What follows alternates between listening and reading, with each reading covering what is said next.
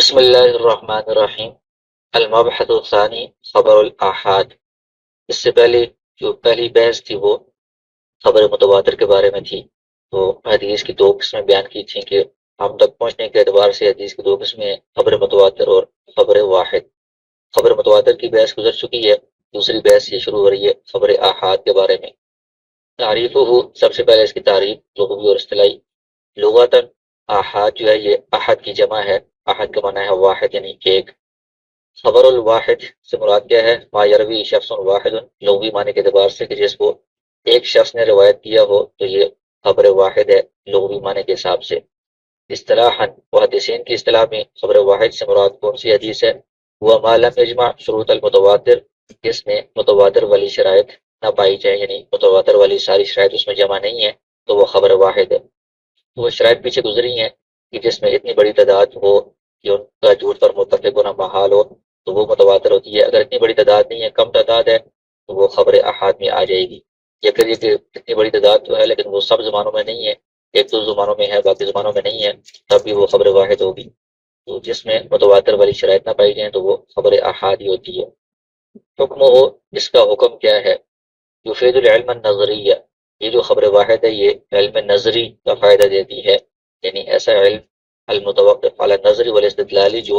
غور و فکر اور استدلال پر موقوف ہوتا ہے، یعنی اس کو سنتے ہی فوراً اس پر یقین نہیں آ جاتا بلکہ اس میں بحث کی جاتی ہے، راویوں کے حالات اور دیگر چیزوں کو دیکھ کر اس پر حکم لگایا جاتا ہے، پھر اس کے بعد علم حاصل ہوتا ہے، اس کے بارے میں یقینی علم حاصل ہوتا ہے، تو وہ قطعی نہیں ہوتا بلکہ نظری ہوتا ہے، یعنی غور و فکر اور استدلال اور بحث پر مشتمل ہوتا ہے، تو اس کو علم نظری کہا جاتا ہے یا علم استدلالی کہا جاتا ہے۔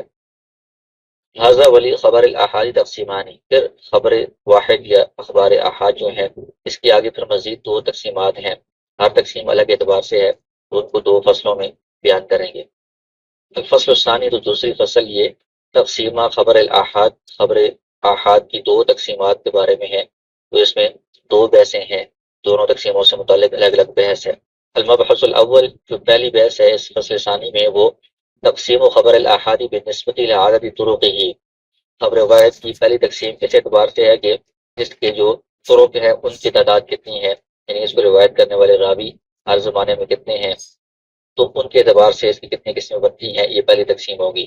المبحث الثانی، دوسری تقسیم اس اعتبار سے ہوگی اخبار احاد کی بالنسبت الى قوته وضعفه، کہ یہ جو خبر واحد ہے یہ کتنی قوی ہے اور اس میں کتنا ضعف ہے، اس اعتبار سے اس کی بہت ساری اقسام بنتی ہے، دوسری تقسیم اس کے بارے میں ہوگی۔ المبحث الاول، پہلی بحث شروع ہو گئی ہے تقسیم و خبر الاحاد بالنسبت الى عدد طرقه، کہ اس کے طرق کی تعداد کتنی ہے، اس اعتبار سے خبر واحد کی تقسیم۔ کہتے ہیں کہ خبر واحد کی جو تقسیم ہے عدد طرق کے اعتبار سے، یعنی اس کے طرق کتنے ہیں، اس کو روایت کرنے والے راویوں کی تعداد کتنی ہے ہر زمانے میں، اس اعتبار سے اس کی ثلاثۃ اقسام، تین قسمیں بنتی ہیں، وہی اور وہ یہ ہے المشہور، العزیز، الغریب۔ ان میں سے ہر ایک کو الگ جو ہے وہ بحث کے اندر تفصیل سے بیان کریں گے۔ سب سے پہلے خبر واحد کی جو پہلی قسم ہے اس تقسیم میں مشہور، اس کو بیان کر رہی ہیں۔ المطلب الاول المشہور، تعریف ہو، تو مشہور کی تعریف کیا ہے؟ لغتاً، اس کا لغوی معنی پہلے بیان کرنے ہیں، وہ اسم مفعول من شہرت الامر اذا اعلنته واظہرته، کہ کسی چیز کو مشہور کرنا، جب اس کو آپ اعلان کریں، اس کو ظاہر کریں، تو اس سے یہ اسم مفعول کا صیغہ ہے کہ جس کو ظاہر کیا گیا ہو یا جس کا اعلان کیا گیا ہو۔ تو اس کو مشہور کا نام کیوں دیا ہے؟ سمی بذالک لظہور ہی، کیونکہ یہ بہت ظاہر ہوتی ہے، بہت واضح ہوتی ہے، کہ یہ مشہور اس کو نام دیا گیا ہے۔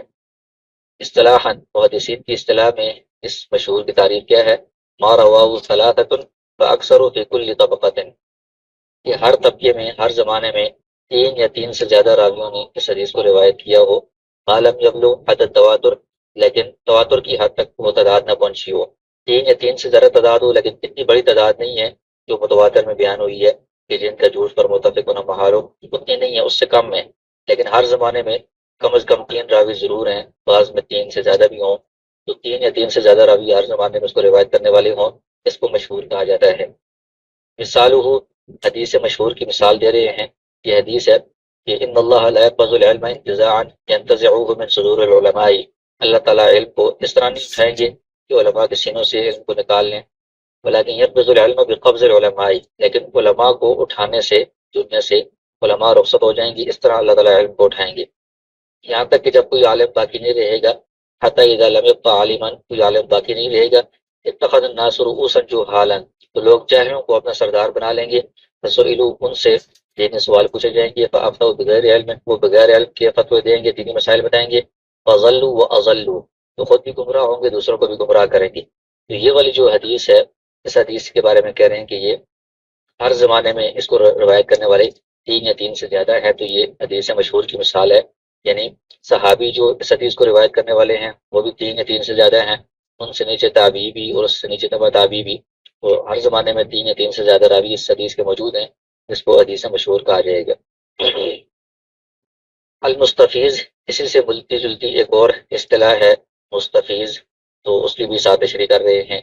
تو کہتے ہیں لغتاً مستفیض کا لغوی معنی ہے اسم فاعل من استفاضہ، استفاضہ سے یہ اسم فاعل کا صیغہ بنتا ہے، مطلب پھیلا ہوا، پھیلنے والا۔ تو یہ استفاضہ فاض الماء سے مشتق ہے، یعنی پانی کا بہنا اور پھیلنا، سمیہ بذالک الانتشاری ہی، تو حدیث کو حدیث مستفیض اس لیے کہا جاتا ہے کہ یہ بھی بہت منتشر ہو گئی ہے، پھیل گئی ہے، اس کو مستفیض کہا جاتا ہے۔ اصطلاحاً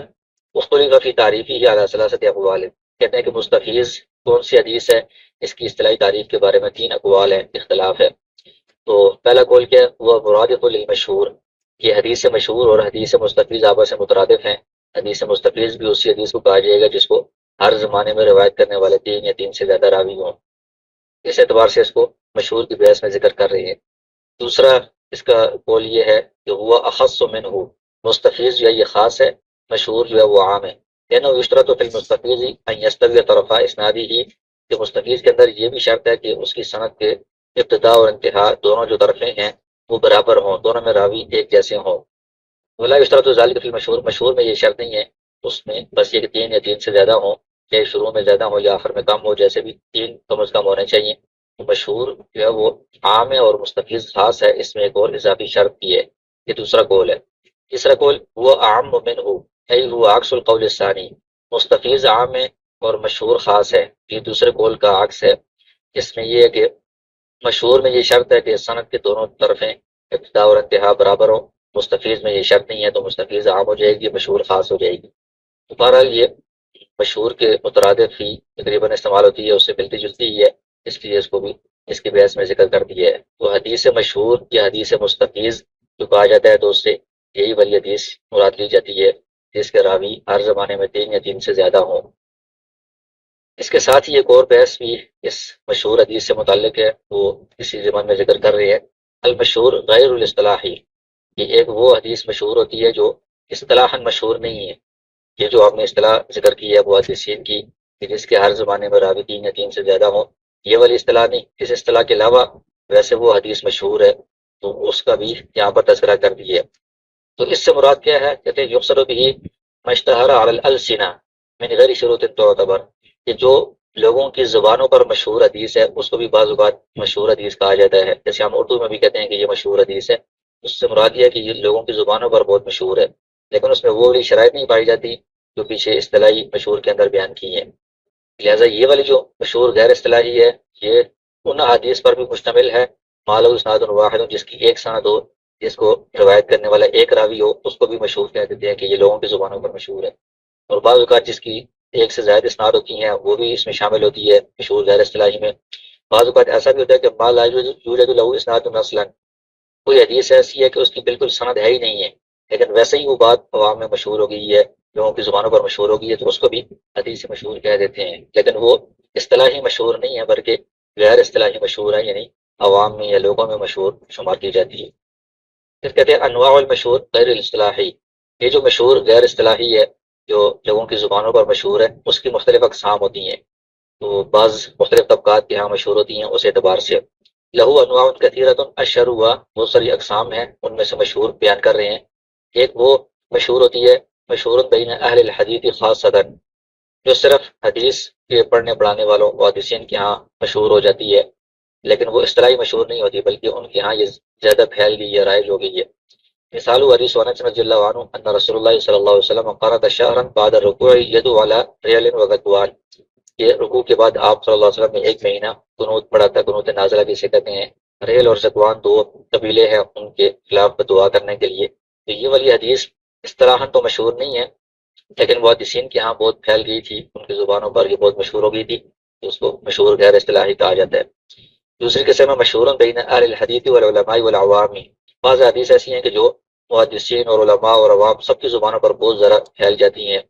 تو اس کی مثال دی ہے المسلم من سلم المسلمون من لسانہ ویدہ، کہ مسلمان حقیقت میں وہ ہے کہ دوسرے مسلمان اس کی زبان اور ہاتھ سے محفوظ ہوں۔ یہ والی حدیث ایسی ہے کہ سارے علماء بیانات میں بھی اس کو ذکر کرتے ہیں، عوام بھی اس کو بولتے ہیں، محدثین بھی۔ یہ ایسی مشہور حدیث ہے، لیکن اس کے اندر وہ اصطلاحی مشہور والی شرائط نہیں پائی جاتی، یہ مشہور غیر اصطلاحی ہے۔ اسی طرح مشہور بین الفقہاء، فقہا جو مسائل بیان کر رہے ہوتے ہیں، بعض اوقات ان کے ہاں کوئی حدیث بہت ذرا مشہور ہو جاتی ہے، اس سے وہ بہت سارے مسئلے نکال رہے ہوتے ہیں، جیسے ابغض الحلال الی اللہ الطلاق، تو طلاق والے مسئلے میں وہ اکثر یہ حدیث ذکر کرتے رہتے ہیں، تو ان کے ہاں یہ مشہور ہو گئی ہے، مشہور غیر اصطلاحی ہے۔ مشہور بین الاصولیین، اصول فقہ والے جو ہوتے ہیں وہ حدیث ذکر کر کے اس سے مختلف اصول وغیرہ بیان کرتے ہیں، ان کے ہاں یہ حدیث مشہور ہو گئی ہے، جیسے رفیع عن امتی الخطأ والنسیان واستکرہوا علیہ۔ تو یہ حدیث تو ٹھیک ہے، لیکن یہ مشہور اصطلاحی نہیں ہے کہ اس کے ہر زمانے میں تین یا تین سے زیادہ راوی ہوں، ایسا نہیں ہے، لیکن ان کے ہاں اصول فقہ والوں کی ہاں یہ بہت زیادہ استعمال ہوتی ہے، وہ استدلال کرتے ہیں، تو یہ ان کے ہاں مشہور ہو گئی ہے، تو یہ مشہور غیر اصطلاحی ہے۔ اسی طرح مشہور بین النحات، نحوی جو نحو والے ہوتے ہیں ان کے ہاں کوئی حدیث مشہور ہو گئی ہے، تو ان کی زبانوں پر بہت زیادہ جاری ہو گئی ہے، پھیل گئی ہے، جیسے نعم العبد الصہیب، یہ افعال مدح و ذم جب وہ بیان کرتے ہیں تو نعمہ اس میں یہ مثال دیتے ہیں، لو لم یخف اللہ لم یعصہ لا اصل له، کہتے ہیں کہ یہ حدیث اس کی کوئی اصل نہیں ہے، کوئی سند وغیرہ کوئی بنیاد نہیں ہے، لیکن ان کی ہاں مشہور ہو گئی ہے، تو یہ مشہور غیر اصطلاحی کی قسم ہے ایک۔ مشہور بین العامہ، عوام الناس کے ہاں مشہور ہو جاتی ہے کوئی حدیث، جیسے حدیث ہے العجلۃ من الشیطان، جلد بازی جو ہے وہ شیطان کی طرف سے ہے، تو یہ حدیث تو ٹھیک ہے، لیکن مشہور اصطلاحی نہیں ہے، عوام میں مشہور ہو گئی ہے، یہ بھی مشہور غیر اصطلاحی کی اقسام میں سے ہے۔ اب آگے حکم المشہوری، جو حدیث مشہور جس کی یہ بحث چل رہی ہے، یعنی مشہور اصطلاحی کہ جس کے ہر زمانے میں تین یا تین سے زیادہ راوی ہوں، اس کا وہ حکم بیان کر رہے ہیں، ساتھ ہی غیر اصطلاحی کا بھی حکم بیان کر دیا ہے۔ کہتے ہیں المشہور الاصطلاحی وغیر الاصطلاحی، چاہے مشہور اصطلاحی ہو یا غیر اصطلاحی ہو، دونوں کے بارے میں لا یوصف بکونہ صحیحا او غیر صحیح ابتداء، شروع میں ہم اس کے صحیح یا غیر صحیح ہونے کا کوئی حکم نہیں لگا سکتے، اس کو ہم ڈائریکٹ صحیح یا غیر صحیح نہیں قرار دے سکتے کہ یہ مشہور ہے تو صحیح ہے، اور مشہور عوام میں مشہور ہے تو صحیح ہے، اس طرح ہم نہیں کہہ سکتے۔ لیکن بعد البحث یتبین ان منہ الصحیح ومنہ الحسن، لیکن اس کے اندر بحث کرنی پڑے گی، جیسے پیچھے آیا ہے کہ غور و فکر کرنا پڑے گا، استدلال کرنا پڑے گا، اس کے بعد پھر واضح ہوگا کہ مشہور اصطلاحی میں سے بھی بعض صحیح ہیں اور بعض حسن ہیں، غیر اصطلاحی میں سے بھی بعض صحیح ہیں، بعض حسن ہیں اور بعض ضعیف ہیں۔ ومن الموضوع ایضا، غیر اصطلاحی وغیرہ میں بعض موضوع حدیث بھی ہوتی ہیں، تو یہ سارا بحث کرنے کے بعد کوئی اس پر حکم لگایا جا سکتا ہے، شروع میں ہی حدیث کو مشہور کہہ کر اس پر کوئی حکم نہیں لگایا جا سکتا صحیح یا غیر صحیح کا۔ لیکن یہ بات ہے کہ ان صح المشہور الاصطلاحی فتكون له میزۃ ترجحه على العزیز والغریب، کہ یہ جو مشہور اصطلاحی ہے جس کے ہر زمانے میں تین یا تین سے زیادہ راوی ہوں، اگر وہ صحیح بھی ہو، سارے راوی عادل ہوں، ساری شرائط پائی جا رہی ہے صحت والی، اور وہ حدیث صحیح ہے، تو اس کو پھر عزیز اور غریب جو دوسری دو قسمیں ہیں بعد میں آنے والی، ان پر اس کو ترجیح حاصل ہوگی، خاص امتیازی حیثیت حاصل ہوگی، کیونکہ اس کے راویوں کی تعداد ہر زمانے میں تین یا تین سے زیادہ ہے، عزیز والوں کی اس سے کم ہوتی ہے، غریب کی اس سے بھی کم ہوتی ہے، لہذا باقی صحت کی شرائط موجود ہیں، تو ان کو راویوں کی تعداد زیادہ ہونے کی وجہ سے ان سے ترجیح حاصل ہوگی۔ اشر المصنفات فیہ، اب کہتے ہیں کہ حدیث مشہور کے بارے میں مشہور تصنیفات کون سی ہیں؟ المراد بالمصنفات فی الاحادیث المشہورہ یا الاحادیث المشہورہ علی الالسنہ، یہ کہتے ہیں کہ اس بارے میں جو تصنیفات ہیں وہ انہی احادیث کے بارے میں تصنیفات ہیں جو لوگوں کی زبانوں پر مشہور ہیں، یعنی مشہور غیر اصطلاحی والی جو احادیث ہیں۔ ولیس المشہورۃ اصطلاحا، مشہور اصطلاحی جو ہے نا، ان کے بارے میں کوئی الگ سے تصنیفات موجود نہیں ہے، لأنہ لم یؤلف العلماء کتبا فی جمع الاحادیث المشہورۃ اصطلاحا، جو مشہور اصطلاحی والی احادیث ہیں ان کو جمع کرنے کے بارے میں علماء نے کوئی کتابیں نہیں لکھی، کیونکہ وہ ایسی تعداد کی ان کی کم ہے یا ان کو جمع کرنے کا کوئی خاص فائدہ نہیں تھا، اس لیے مشہور اصطلاحی والوں والی جو حدیث ہیں ان کے بارے میں کتابیں نہیں ہیں، یہ عوام میں جو مشہور ہیں